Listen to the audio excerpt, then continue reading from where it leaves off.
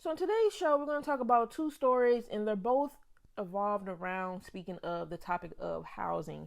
And I can't wait to, hopefully get some opinions of what you guys think on each of these stories. So the first one, migrants get up to 2 free years worth of rent for new apartments. So a new program in Maine will be providing asylum seekers with free housing for up to 2 years in Brunswick, Maine. They are planning to open 60 new apartments. They already have 24 completed.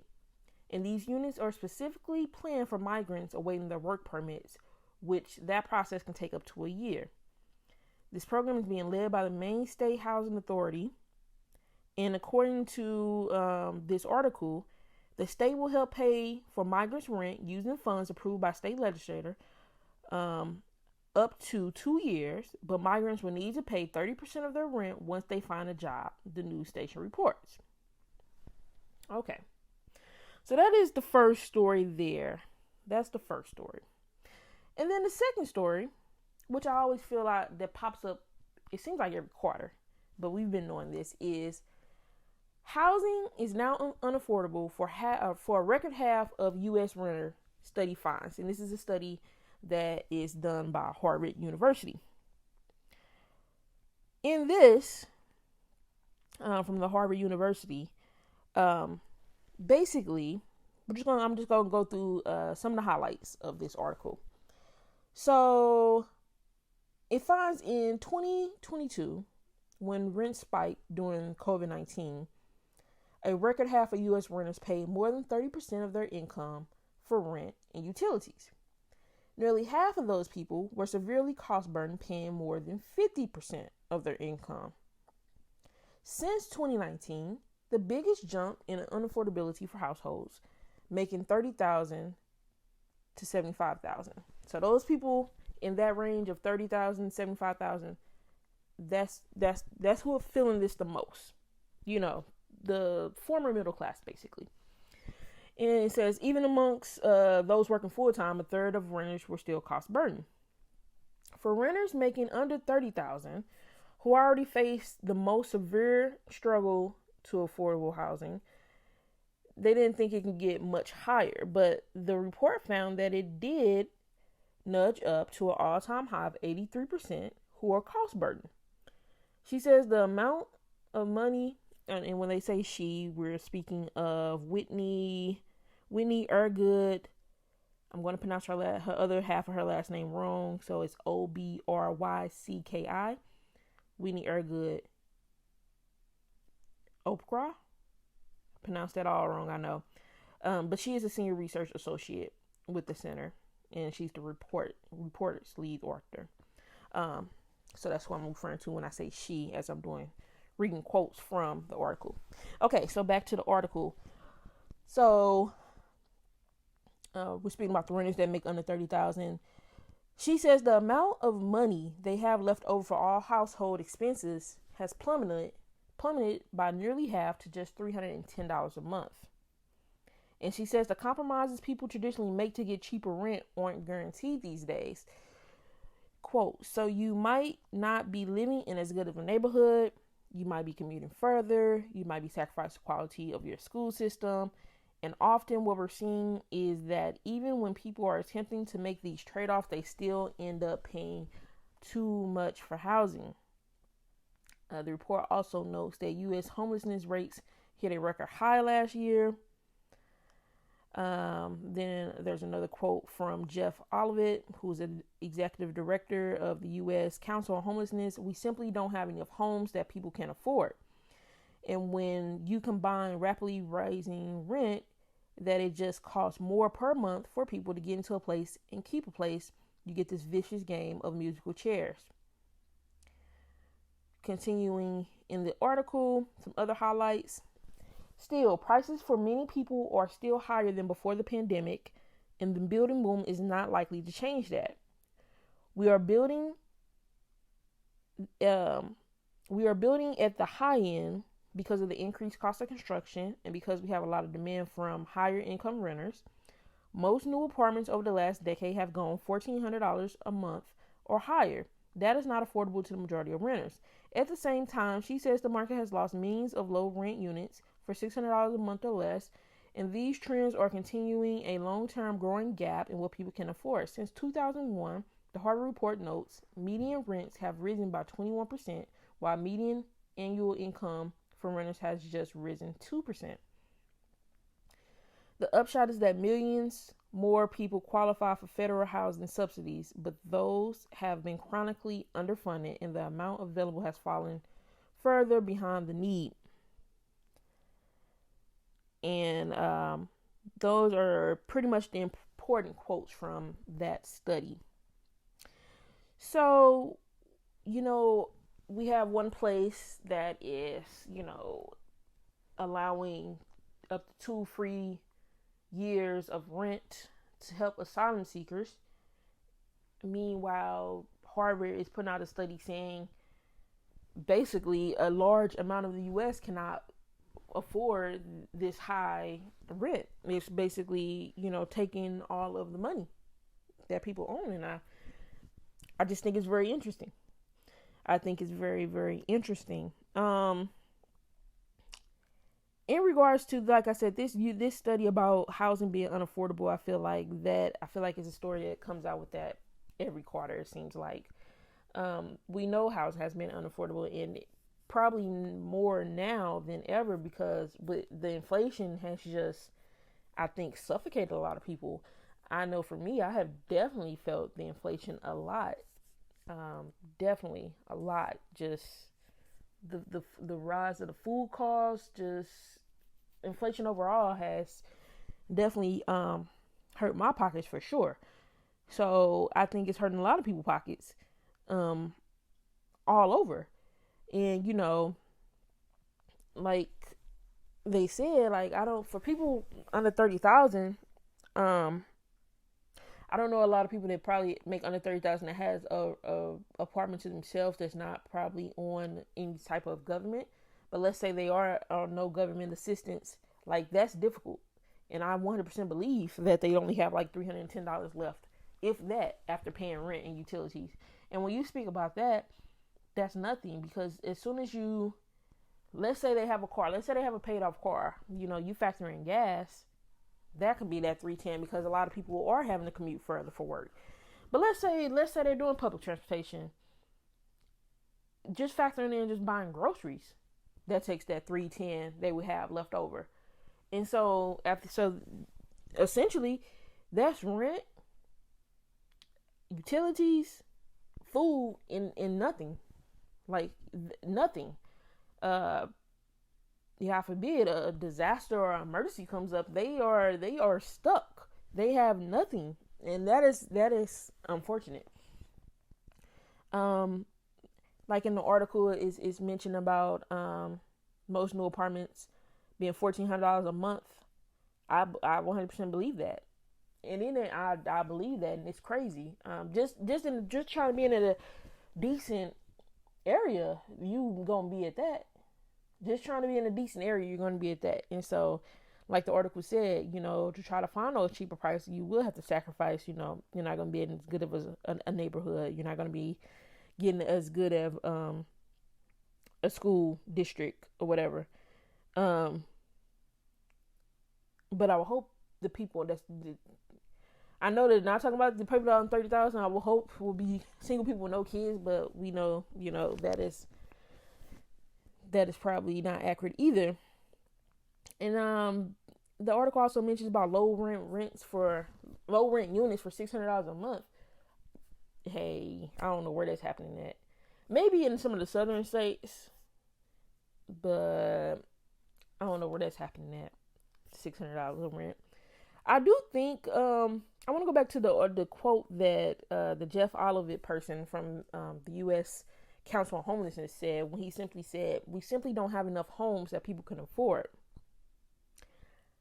And then that, to go back to Whitney's quote of where she brought up, we're building at the high end because of the increased cost of construction. 100% believe that. There are enough apartments out here. There's plenty of apartments. I see it every day here in Texas. I have seen the construction of so many apartment buildings. They are building them so fast. They are going up very fast, and these complexes are huge, big. And one day I might do a future video of just riding around, just showing you how many brand new apartment complexes they're building up and how huge these apartment complexes are. So, excuse me, I 100% without a doubt believe we have enough apartments, but they're just not affordable because, like I said, at minimum, I believe they're going to be $1,400 minimum, probably, to get into those. Maybe 13, maybe 1350, maybe you might get 1350. But all these new ones, yeah, you're gonna be 1350, 14 and up, unfortunately. But it's plenty of spacing, and I believe the apartment, these companies, these corporations, they rather wait to have somebody get in there that's going to pay that amount than lower their prices and just, to fill it up. I feel like they'll rather wait and hold units until they find the right person that's going to pay that $1,400 a month and up, versus lowering it to maybe $1,200 so they can fill out and get all their units filled. I 100% believe that it's definitely some of that going on around here in these apartments as far as the new things they're building. So let me get to some comments on these stories. So let's go back to the main story about the migrants getting the 2 years of free rent assistance up in Maine. Now, I think Maine has like a high migrant rate up there. And like I said, it is only 60 units, so it's not like, a lot, but people are still going to feel some type of way about this. So let's get to some of the comments on this. Someone says, so do the American homeless have to show up to these programs and be foreign in order to actually get the government to give a damn? I effing swear this is the most backward bull, And I get that because in America, we do have such a horrible homeless rate. On YouTube, I follow a lot of YouTube, Instagram. I come across these people that's living in their cars or doing the van life. I'm not going to put the van life because those are separate. Like I feel like they're like independently doing that. But the people that's living in their car, I've come across a couple people living in their cars, and I can't tell. I feel like maybe these people that has come across my page are just doing it for the YouTube, to make money from YouTube. I don't feel like if they really wanted to have a home, I feel like they could. But there are real life people that are really living in their cars because they cannot afford to live in homes. And the homeless situation is very bad, very bad. I follow a lady that goes to Skid Row very often, multiple times a week to feed them. And Skid Row, and I've saw documentaries on Skid Row. Like, it's bad over there. And then that also brings up the Bay Area, which I haven't looked too deep into, but I've heard that the Bay Area is just bad as far as with the homeless is there. Even here in Texas, I see it's plenty of tents and things along the highway, all type of stuff. The homeless is bad. And so it's like, I can understand why, somebody might read this story with the Maine and doing what they're doing and be like, okay, so y'all can give them 2 free years, but the homeless we just have just all over the place. So definitely can understand that there. And of course, to read more comments on this particular article. Let's see. Basically, since a lot of people they're not feeling this as far as with that. And somebody said they don't like how they're calling the illegal immigrants asylum seekers. These people are not political refugees. They voluntarily came here. I think that is the case for a lot. A lot of them are coming here for the opportunities and whatnot. And so that's valid. That's a valid comment. That is a valid comment. But the consensus is a lot of people are not, feeling it. A lot of people are not feeling it. And, somebody made the comment, see, if they wanted to end American homelessness, they could. The industry brings in a lot of money, donations, grants that go to the people's salary, so it's not something they genuinely want to end. Someone says when voting against your own interest goes wrong. Somebody says keep voting for the Democrats if you want to.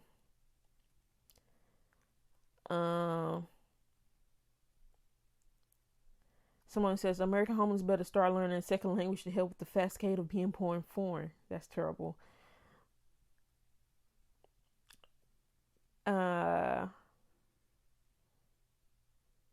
Someone says U.S. has no money for reparation, but has no problem giving out billions to people who shouldn't be in this country.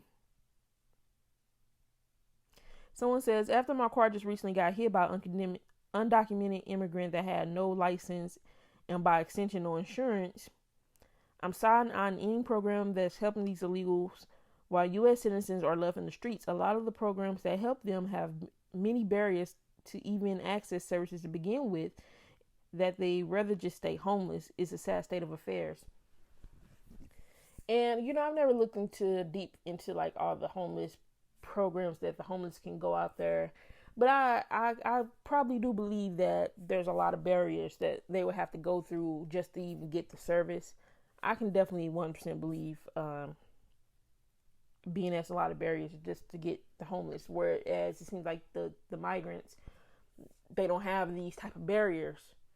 Because I believe if things were available like this to the homelessness, you do have some homeless that want to stay on the street. They're just not interested in getting help, whatever. You do have those. We're not talking about.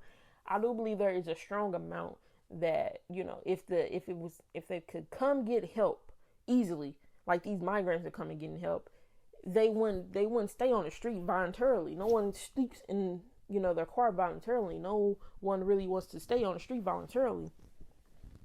So I do believe that it probably is like some barriers and things of that. Someone says, I get a new identity, adopt an accent with a quickness. Since a lot of them don't have paperwork, this seems like a rather easy workaround. Someone says, I hope the American homeless show up and claim to be migrants so they can get housing too. Imagine American citizens are second class to foreign migrants in America. Throw the whole country away because it's trash. No nation, first, second, or third, would ever prioritize a migrant over their own citizen. Only in the U.S. Somebody else says, the new Democrat voter base, pretty obvious. This is about maintaining power. And, I've always came across that comment about, that this is the immigrants being the new voting power for the Democrats, but I honestly don't think that strategy is going to work because, a lot of them, they end up going and being conservative. So, like, I don't know what the Democrats are doing at this point. I don't think their plan is, very good, but we shall see.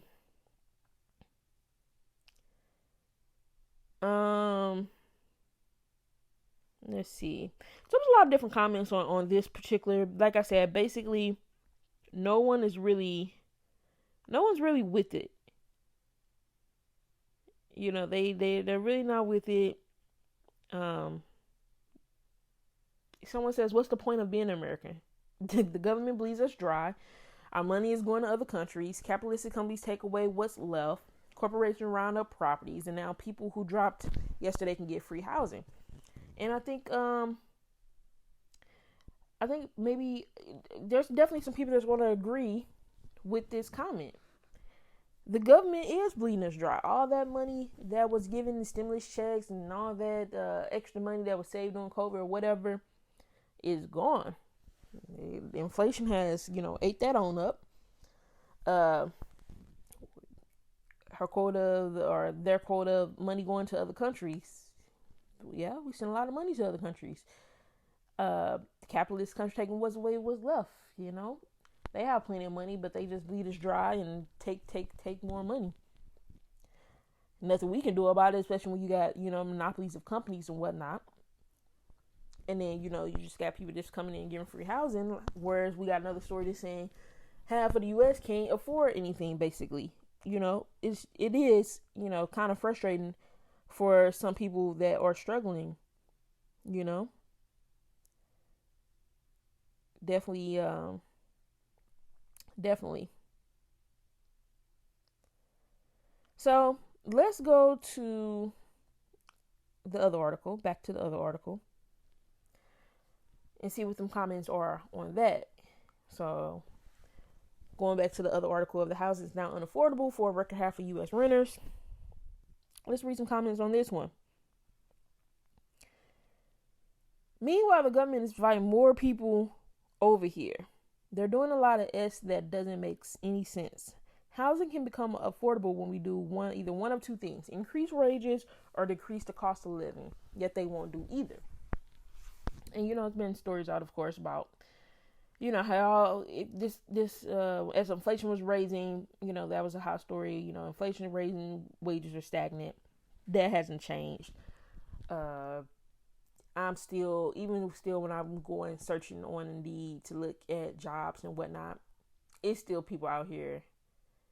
It's just people just out here just advertise. Like if you just go look up like just part time, right? It's the wages, like it was a job offering like $10, and I'm like, what? Like just. It's just amazing when you just go search. Just randomly just go search part-time. Just look through the listing just to see what's out here. Like, because when you just look through it, it's like, are these companies serious? And they are. They are. It's a lot of $14, $15. And it's like, you can't do nothing with that, And I'm not even just saying part-time. Like, of course, they have some full-time that's what they're offering. And it's like with inflation, like minimum, you got to be at 20 minimum, and really that ain't enough. We just talking, but I'm just gonna speak for like single people. I think single people can get away with that. Now, if you got a family and all that and kids, and y'all gonna have to, that ain't even, y'all gonna have to figure something out. But yeah, but back to the comments in regards to this story. Someone says it's like they're intentionally crashing the economy. Hunger Games in the making. It's a lot of people out here with, their theories. And I feel like I've read that somewhere before, as far as like they feel like the economy is going to become crashing down and whatnot. Like what was that, last year?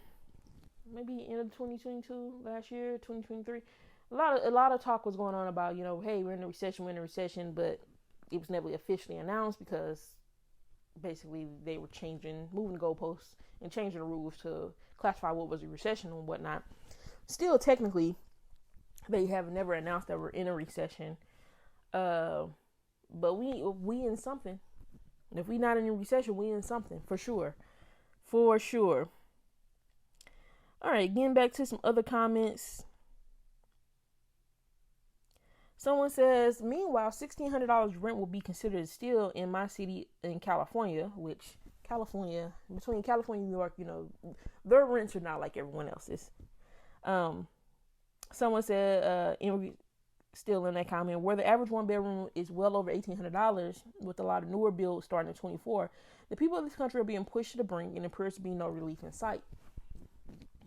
And speaking to that last sentence, yes, I do feel like the U.S. citizens are being pushed to the brink. It does not feel like there's any relief in sight, and it's just it's an unpleasant feeling.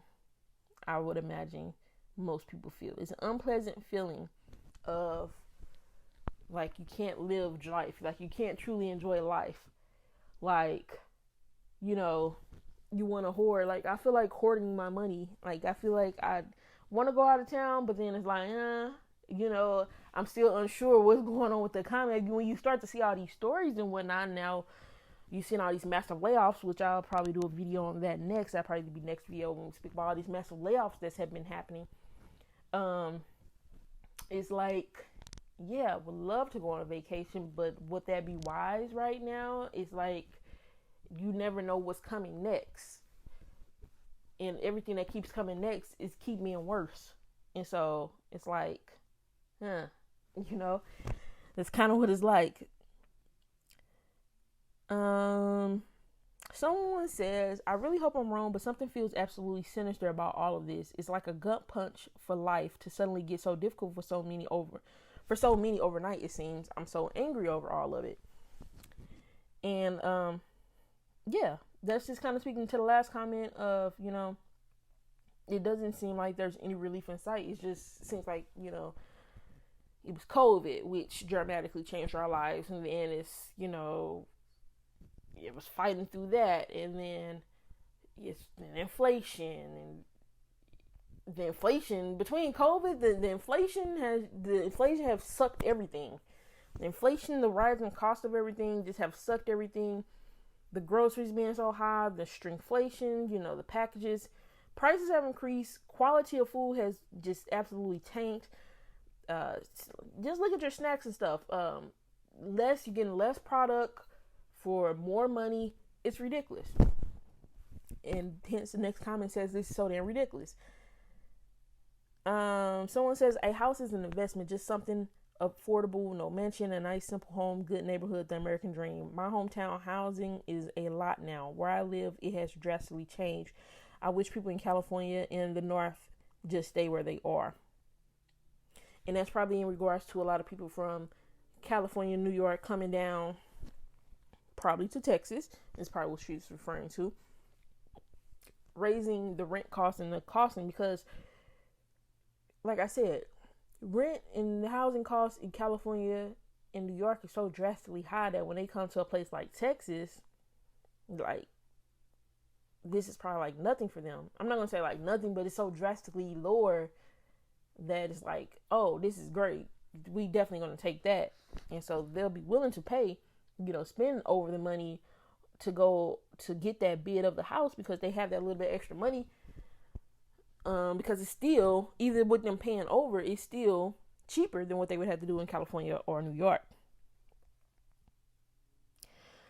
Someone made a comment and said, I don't think there is a real shortage. People/companies just refuse to rent for less. If they built 1 million more units, they would still charge super high prices in those 1 million units. And that's what I spoke to earlier. Like I said, there's a lot of apartment buildings getting built down here in Texas. A lot. Huge complexes. And like I said, I feel like the companies would rather just wait to have someone that can spend that $1,400 and up to get into those apartments versus, lowering it to like $1,200 and maximizing and filling up the apartment. It's just greed, basically. At the end of the day, it's greed. Someone says there isn't the shortages. The houses are either being used as Airbnb, corporations sit on them, or the housing available is just priced too high for most people. But there's definitely enough. It's just pure greed. And that's just what I just said. It's nothing but greed at this point.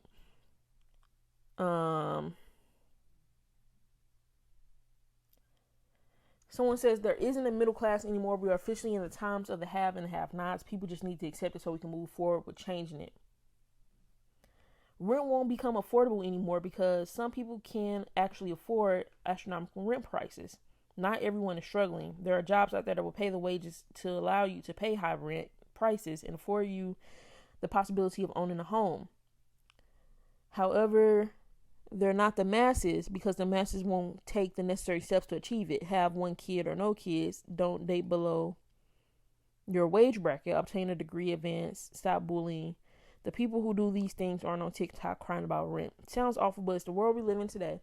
It'll get a lot worse before it gets better. And yeah, I think we're at that point. It's like, what's next?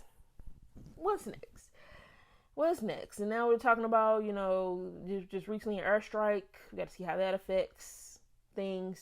Hopefully don't start a war. We shall see. I'll speak about that story later. But yeah, let me know your opinions on these two stories in regards to the Maine allowing two years of free rent versus the Harvard study of housing being unaffordable for a record half. Let me know your thoughts. Let me know. Do you think the government is, intentionally crashing? The corporations are intentionally trying to crash Let me know your thoughts. Subscribe if you haven't already. Till next time. Later.